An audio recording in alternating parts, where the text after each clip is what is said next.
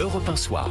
19h, 21h, Rudy Saada. Et nous sommes toujours avec nos deux débatteurs, Joseph Massescaron et Elliot Maman. Et avec nous en ligne, Frédéric Ancel, auteur de La guerre mondiale n'aura pas lieu, les raisons d'espérer. C'est paru chez Odile Jacob. Merci d'être resté avec nous, Frédéric Ancel. On évoquait juste avant la pause la position des Européens. Ils étaient au téléphone lors de ces pourparlers entre Donald Trump et Volodymyr Zelensky la nuit dernière. Quel peut être le rôle des Européens dans la mise en œuvre de ce plan de paix? On se souvient quand même qu'en 2014, l'Europe s'était déjà engagée à protéger l'Ukraine, mais n'a pas pu empêcher ce qu'il s'est passé il y a 4 ans. Oui, la réponse dans votre question. L'Europe n'a pas pu. D'abord, c'est intéressant. Non, mais attendez. D'abord, l'anecdote est très intéressante. Les Européens étaient au téléphone. Alors ça, si vous voulez, ça dit beaucoup de choses. Et ça renvoie d'ailleurs à ce que Kissinger disait dans les années 70. L'Europe, oui, enfin, quel numéro de téléphone, quoi. Bon. Donc, pourquoi je vous dis ça? Parce que les Européens se sont construits et pourquoi pas? Après la guerre, c'était assez logique. Et d'ailleurs, ça a globalement bien réussi. Ils se sont construits dans celle des deux dimensions de la puissance, qui est la dimension économique. CECA 52, le traité de Rome 57, jusqu'à Maastricht et au-delà d'ailleurs, 92, etc. Et si vous voulez, le problème, c'est que la puissance, lorsqu'elle est globale, et je pense qu'il faut que la puissance d'une entité soit globale, elle doit comprendre aussi la dimension politique. Et attention, je vais dire un gros mot, dans le politique, il y a militaire. Et donc l'Europe, lorsque elle fait face à des défis sécuritaires ou militaires lourds, et en particulier lorsque la Russie attaque l'Ukraine, donc il y a presque 4 ans de cela, évidemment, elle ne dispose pas, et ô combien, de tous les instruments de la puissance dissuasive qui lui permettrait donc de dire, en l'occurrence à la Russie, mais ça peut être demain à d'autres États comme la Chine ou à d'autres encore, écoutez, faites attention parce que nous aussi, on dispose du même type d'armement que vous.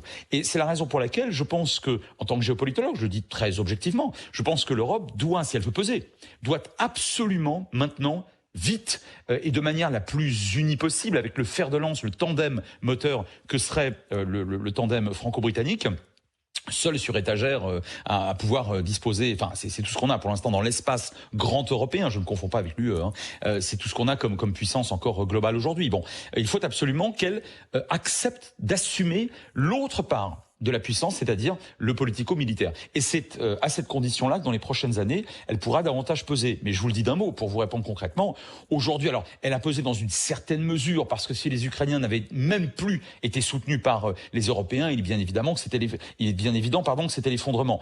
Mais enfin, vous voyez, on reste un acteur secondaire parce que on ne dispose pas de l'autre dimension de la puissance, qui est la dimension politico-militaire.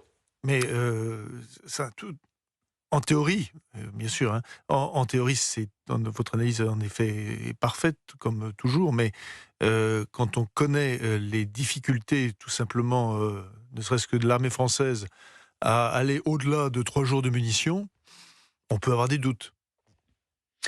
Ah mais non seulement on peut avoir des doutes, mais si ça continue comme ça, il y aura plus de doute du tout. Il y aura pas d'Europe puissance et nous disparaîtrons. Chacun des États européens, y compris la France, on disparaîtra des radars des grandes puissances et par conséquent nous perdrons d'une manière ou d'une autre notre souveraineté sur nos intérêts et nos valeurs. Donc c'est la raison pour laquelle je prône bien évidemment un réarmement important. D'ailleurs, je note que la loi de programmation militaire impulsée par l'actuel président de la République il y a quelques années de cela, mais qui malheureusement dans une certaine mesure a dû être reniée par le très controversé, et à juste titre, par la très controversée dissolution de l'Assemblée nationale.